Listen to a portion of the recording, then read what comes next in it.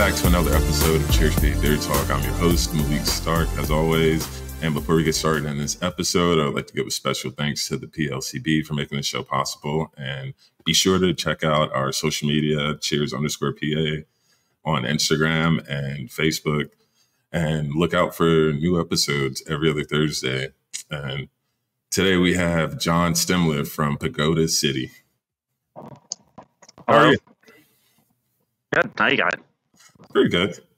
Yeah, just you are the head brewer at Pagoda City. How did that happen? Like, is this your first and only place you've been at for a while? No, I actually founded and owned Free Will Brewing Company in Bucks County, and in 2020, I separated from that business and was just doing a little bit of consulting. And the former ownership actually reached out to me about trying to find a brewer for the business, and I told them I would help them get their job listing together. And then they said, "Well, it's a little more complicated. We're actually trying to sell the business, and we should link you up with the guy that wants to buy the business." So I ended up talking with Rajavel Jagadisan, who owns a food processing company out here by Reading, and we hit it off. So I ended up working for him as a consultant for a while as he took over. He didn't actually buy the business. He bought the name and the assets, et cetera, and basically just took over. And I ended up really liking the family and stuck around and never left. Wow. Hey, there's something wrong with that. So you just you come from great beer, I can say. I love Free Will. Special Cookie is one of my favorites. So if you had anything to do with that, thank you. Nice to meet you. That was my beer. The name was actually created by Hannah Godey, who's now the head brewer of Love City. Oh, really? Mm-hmm. Okay. I didn't know that. Yeah. I'm glad we met. Yeah. So with, going from, I assume that not being like one of the main integral people that Pagoda City, and just, you can do what you like, I assume, like just stick to the brew. not quite. Okay. Almost within reason. Fair enough. I assume you had been brewing for a while before you decided to found one yourself. Yep. I've been brewing since 2008-ish, something like that. Yeah. Okay.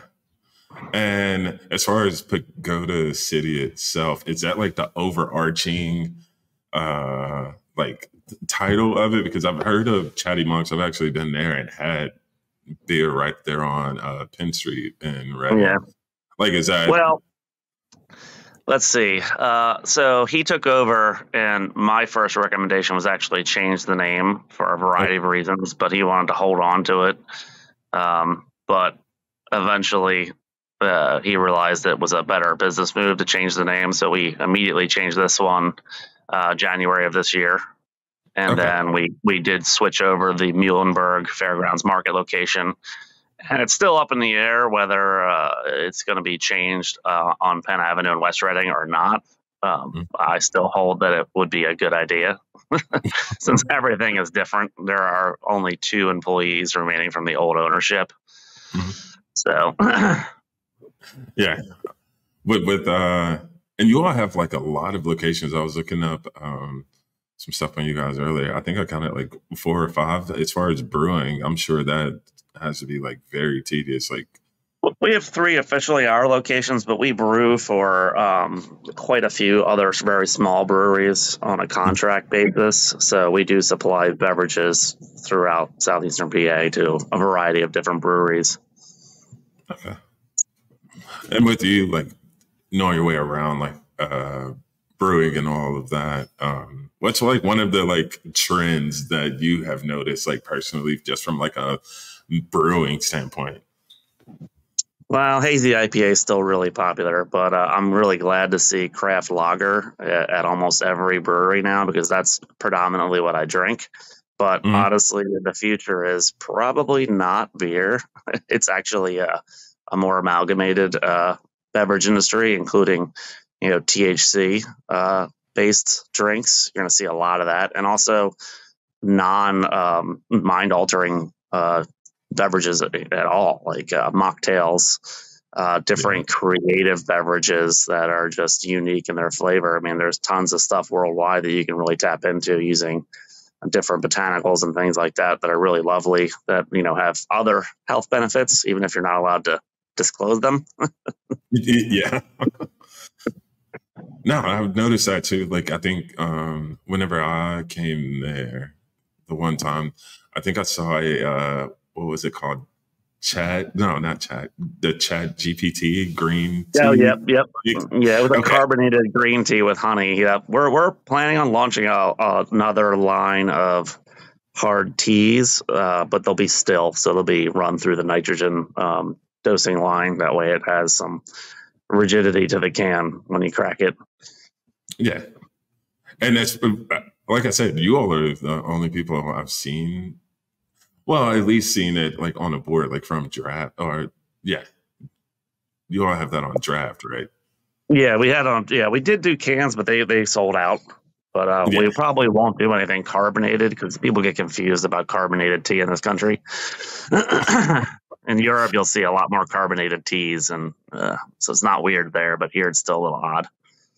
Is that because they associate that with like soda or pop or beer? Like, is that the thing with them? Yep. Okay. It's just a weird sensation in your mouth having a tea and it being carbonated. Like Brisk launched a carbonated tea here that had been very popular in Europe, but it didn't catch on. Okay. Yeah, I remember Brisk tea a whole lot. Yeah, and another thing too that I noticed is you all had quite a bit of stouts on drafting. Like, is that the favorite of the brewery? Well, I'm pretty well known for making big dumb stout barrel aged stouts. So I started that program here, and we are at 6 variants last year. We'll probably be at like 8 or 9 this year. Free Will is well known for the Ralpheus, which is of my design, and so I kind of just kept going with a big dumb stout program. I rewrote the recipe completely and using different yeast and all that, but a similar program, just smaller. And in your opinion, as far as making a stout, like what sets it apart from like just any of the other just regular dark beers? Like what makes it good as far as the brewing process? Sanitation, quality ingredients, yeast health is actually probably the most important thing for making, especially big beers, because, yeast doesn't want to make a 16% stout. It wants to make a 9% stout. Mm-hmm. And as you stress the yeast, you get a lot of off flavors. So you really got to take care of your yeast so it produces a good, healthy beverage that doesn't have like fusel alcohol or things like that are off flavors. So it might be 16%, but it probably drinks like it's 10, which will get you in trouble. Oh yeah, for sure. I mean, a drinkable big stout is not everybody wants to enjoy those. I do. I like them. I like them, but I only like 2 to 3 ounces at a shot. Like more than that is a little much for me. Yeah, I talk about I had this one beer that I'm not going to say the name of it, but it was a pretty big one, and it was pretty much served to me in a pint glass, and I was like, who is going to drink this? Yeah, I've seen that. Like, why? I mean, it was why good. Did you do this to me? Yeah, I mean, if it was going to be the only drink I had that week, I guess I wouldn't complain about it at all. But after 2 or 3 beers, I don't think that's what I needed. No, it's like, I'm gonna need a driver. Yeah. And that Reading area, like, because where you were before in Reading, that is, big difference. Yeah, it's a big difference. So without saying that, like, how are you enjoying that area right now? I am. The food out here is great. The people are great. I was commuting an hour ish from where I was living before, and I just got a new place up in Ashland, which is also an hour, but the house is enormous. So I just made the move, and I bought a motorcycle to hopefully cut down on my fuel costs. We'll see about that. Yeah. The more you ride it. Yeah. I mean, I don't mind the commute. I mind the time. The drive is lovely. It's just that you don't ever get that time back. Oh, fair enough. And as far as like Reading is a very like tight knit community. Like I've gone there for a few things. Like how are they taking to Pagoda City, like the rebranding and all of that? Like, Oh, with you all awesome! being Like the business shot up pretty noticeably when we switched the name, especially at the brew house in Reading. That's where Mhm. we are right now. We're just off of 422, right off of Lancaster Avenue Okay. on the non-city side of Reading. So we're across the bridge. Oh, that's nice. And that location in West Reading, that has been doing the same thing, I assume. Yep, yep. That's the pub. That's the restaurant arm of the business. Okay. And I don't want to mess this up with the beer that you have been you've seen a lot of things like come and go. Is there anything specifically with like beer that you've seen go away as far as like styles that you don't see that often anymore, or Yeah, like the I mean, uptick? I'm partial to mixed culture beers, and you don't see a lot of that anymore. Like a big, long term sour beers or Brett beers, things like that. They're more challenging in flavor profile, so I understand. But I miss being able to go to a lot of places and see some mixed culture sours. Everything now is the more simple sours, kettle sours, hot side sours, and lots of fruit, which is fine. But Mhm. you know, hopefully no lactose. And you said that long term sours. Is there a Yeah. difference between that and like your typical like Berliner Weiss, I guess? Well, Berliner's pretty quick Okay. turnaround time for most people, whereas like a mixed culture sour might start as a clean beer and then go into a barrel that has resident bacteria and Brettanomyces in there that might take up to 3 years or so, or even longer to develop. So you got to be patient with beers like that, and there's a higher financial contribution to that because it takes up space and the barrels cost Mhm. money, and there's also a risk of failure. Yeah. Get down the end of 3 years and it tastes like crap. Yeah, and I mean, after 3 years of holding it in a barrel, I mean, I'm sure a lot of people would just say it doesn't taste bad because you've invested that much time into it, right? Yep. And I've seen a dozen barrel aged like stouts on your menu. Is that they're all bourbon barrel aged, right? Like Yeah, they're not. bourbon whiskey barrel aged. Yep. I mean, we have some rum barrel aged stuff too, but that's a Belgian double that doesn't exist right now. That'll be out again in the fall. Okay. So I've asked a lot of people about this also because I was out in Chicago for a weekend, and they have been a lot of breweries that I went to have been doing tequila barrels. Yep. And I just don't think I've seen that in this area, or at least like the central Pennsylvania area at all. I Is that did a margarita inspired key lime sour at Free Will that was aged in a tequila barrel. Tequila is a very challenging flavor profile. Not everybody likes it. So, I mean, I Mhm. had a really lovely barrel aged Pilsner that was in a tequila barrel at Festival Barrel Aged Beers in Chicago that was amazing at 5%. But getting those flavors to really be balanced is a challenge. And I've also noticed that too. Like you said, the thing about it being 5%, like the ones that I've had that have been tequila barrel aged, they aren't as high as I thought they would be. And maybe that's from like the style of beer that it is that's going into these barrels, or is that whenever you're using tequila barrel aged stuff, like is that you want to keep that ABV low? Like what is? Depends on the goals of the brewer. I mean, higher ABV usually sells better and carries more flavor punch with it. To be able to balance the impactful flavors of a tequila barrel with something as delicate as, like, say, a Pilsner is really high level skilled brewing, and getting it to actually taste properly is really quite an art. So it's really nice to see people trying to do things like that and have it turn out really well. Okay. Another thing I saw out there was hop water. Like I said, I've yet to Hmm. see that in this area. I don't think that we're behind at all. I think they just have a little bit more um, I don't know. Maybe that's the leeway I'm looking for when it comes to that Hot kind of water stuff. is good. I would love to have the bandwidth to work on stuff like that. It's just, we Uh-huh. only have so much time in a day and labor to actually do it. But we would love to do stuff like that too, because there's a lot of sober curious or just generally the new generation that's hitting the legal age to drink just isn't. So they're drinking stuff like that. Yeah. And I mean, I've been around a brewery and work there now, so I know like the process, but there are still a lot of stuff I have no clue even how it works.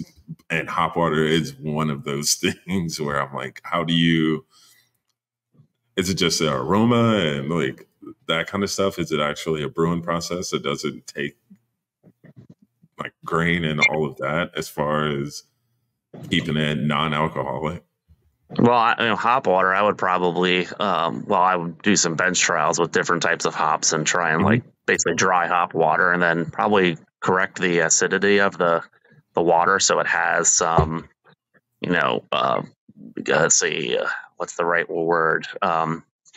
Balancing effects on the flavor profile with that particular hop. So, like for example, like if you make a cider and it's not acidic enough, it's going to be sort of flat. So you'll have Mhm. to modify the acidity slightly to make it actually bright. It's the same thing with doing like hop water. If you have a citrusy hop profile and aroma, but the water is kind of basic, like not basic as in simple, but like not like alkaline, you might want to Mhm. acidify that water a bit to balance out those citrus notes with either Okay. citric acid or some other acids. Shit. And then carbonation, of course, carries aroma and also has a degree of flavor impact if it is in fact carbonated, because you could do it still too. Oh yeah, I didn't even think about that. Like I said, no, I just haven't seen it or had the experience with that at all yet. Like I know, being kind That's the cool thing about this industry is you can make it as complex as you want. of, but it's only so many ways to let people like, in my opinion, and just from like a lot of my friends are just like casual like drinkers. Like they won't read the can to see what hops are in it or how it was brewed or anything like that. Most of So the industry, most of the customers are like that. They don't care. They just want it to taste good. yeah, so but that Preferably kind of cheaper than not. yeah, if you can get cheap and taste good, like that you're gonna win there, I guess every time. Um, Less people going into a brewery and smelling it and expounding upon their flavor sensory, and they're just there to have a good time. Like they want yeah, to hang. You want to create a space in a brewery that is lovely to hang out at, and you just happen to sell them beer. yeah, I guess that is the goal mainly. Like, You want I'm people to sure. want to hang out and stick around and come back because they just like being there. It's comfortable. They see their friends, and then you hopefully make money doing it. Fair enough. Yeah. I don't think I've asked this question in a long time. What's your favorite beer to drink? You would say, like, or at least style. You don't have to name drop. Helles lager, probably. Yeah, Okay. Helles, Pilsner, things like that. Later lagers, Czech Pilsner, all that stuff is my jam. Okay. And I feel like a lot of people hear Hellas Lager and they don't know why. And I think I'm one of those people. Like, what makes a Hellas Lager any different from a just something that says lager? Well, Helles is actually the most drank beer in Germany. Okay. People think it's just regular German Pilsner, but it's not. It's Helles. There's a little bit of a toasted note in there, a little bit of Munich and Pilsner malt, and it's just light, refreshing, and delicious. Fair.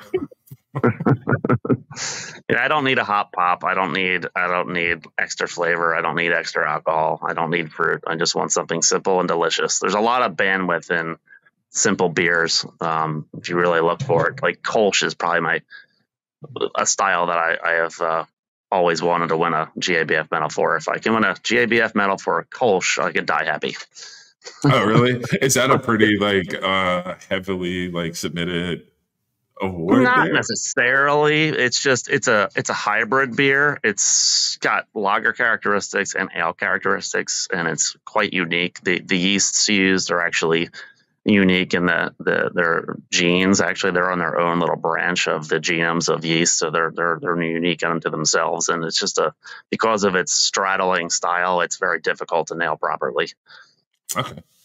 So and of course, we don't make a Kolsch right now, which is really unfortunate. Is like spring, summertime the best time to make that, or is that more so a fall, wintertime beer?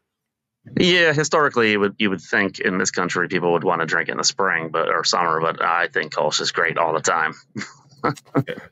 Look, I feel the same exact way. I will try a stout year round, if not buy a 4-pack or a 6-pack of one and take it home. I think people should keep dark beers on all the time. You're just going to sell less of them in the summer, but there's always people that want to drink stouts. Oh, yeah, 100%. I've been to places where they didn't have a stout on before, like while I was there. And yeah, it might have been the summertime, but that just meant that I wasn't going to drink anything. Yeah, we have a 4.4% nitro stout on called Alondra all the time. And it's also in cans all the time. We just sell more of it in the winter. Okay. Is that the one that you have like the nitro variation of? Yep. Okay. Yeah, I haven't had that whenever I was there. I had your red ale, and that was super good. Also, like that might be. So I know what time of year you were in. Oh, do you? Yeah, we only make that just like we usually release that in February-ish, and that way it's around for March, and then it's usually gone by the end of April. Hopefully, it's gone by the end of April. Yeah, that's exactly whenever I was there. Was the green beer on at that point too? Didn't like it. Wasn't a fan. Yeah, that we do a green beer, but we don't do it with dye. We actually use spirulina and turmeric because food coloring is not supposed to be in beer. Okay. Yeah, I didn't have that, but I just wouldn't have. That doesn't mess with the flavors of the beer at all. Well, technically, yes, but it's very delicate. I mean, depending on how sensitive your palate is. I mean, I can taste it, but not everybody can because it's low enough that it's, just there. Okay. I mean, that still seems like a better, that seems better in food color, right? Yeah. Well, technically, you're not supposed to put food coloring in beer and release it and not have a formula for it, but, Yeah, people do. Yep, people just do it. Well, before I get you off, man, if you were going to suggest Pagoda City to anyone, any of our listeners, what do you want them to know about the beer and just Pagoda City as a whole? Well, the beer, I'm an equal opportunity beer brewer as I am a beer drinker. Anybody that hands me a beer, I'm always happy to have it. And I also brew all across the spectrum. We have a very wide spectrum of beverages of all the same quality. And if you're into food, the pub actually has Indian and pub fare fusion because the owner and then family is Indian. So we have a very broad spectrum of food to taste also, and soon to have some at the food truck here at the brewery. Oh, sweet. Well, thank you, John, for hopping on this with me. And look out for new episodes every other Thursday. And follow us on all social media at Cheers PA and Cheers_PA on Instagram. And cheers, John. Cheers.